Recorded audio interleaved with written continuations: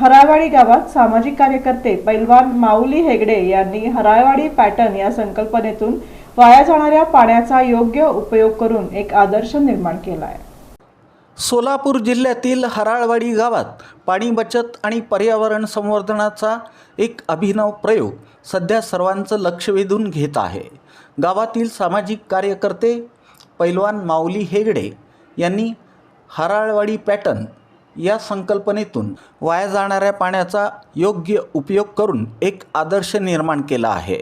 ग्रामपंचायतीच्या सार्वजनिक बोअरवेलमधून वाया जाणारं पाणी थांबवून त्याचबरोबर धुण्या भांड्याचं सांडपाणी फळझाडांच्या लागवडीसाठी वापरण्यात आलं आहे।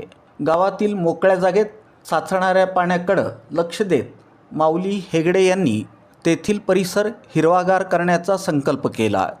या उपक्रमाअंतर्गत त्यांनी सुमारे 35 ते 40 फळझाडांची लागवड केली असून त्यामध्ये केळी, आंबा, चिकू, चेरी, पेरू, रामफळ, सफरचंद, फणस, अंजीर, सीताफळ आणि पपई यासारख्या विविध झाडांच्या लागवडींचा समावेश केला आहे। विशेष म्हणजे ही झाडं पूर्णपणे नैसर्गिक पद्धतीनं जोपासली जात आहेत। आज या झाडांना बहर आला असून गावकऱ्यांना ताजी आणि नैसर्गिक फळं उपलब्ध होत आहेत। यापूर्वीही सामाजिक कार्यकर्ते माऊली हेगडे यांनी जिल्हा परिषद शाळेत 53 झाडांची लागवड करून पर्यावरण संवर्धनाचा संदेश दिला होता।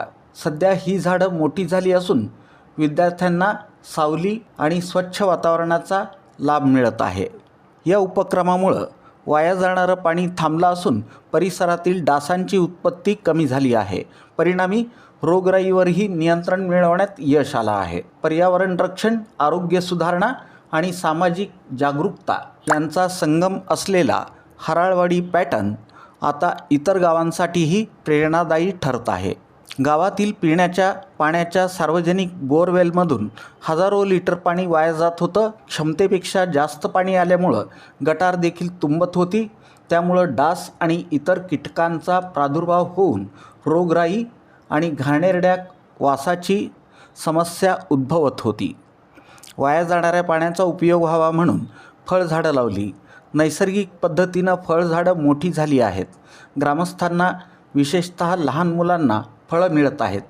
सहजासहजी कोणीही इतरांच्या शेतामधील झाडांवरील फळं तोडत नाहीत, परंतु ही सर्व ग्रामस्थांच्याच मालकीची असल्यानं लहान मुलांना फळं तोडून खाण्याचा वेगळाच आनंद मिळत आहे, असं पैलवान माऊली हेगडे म्हणाले।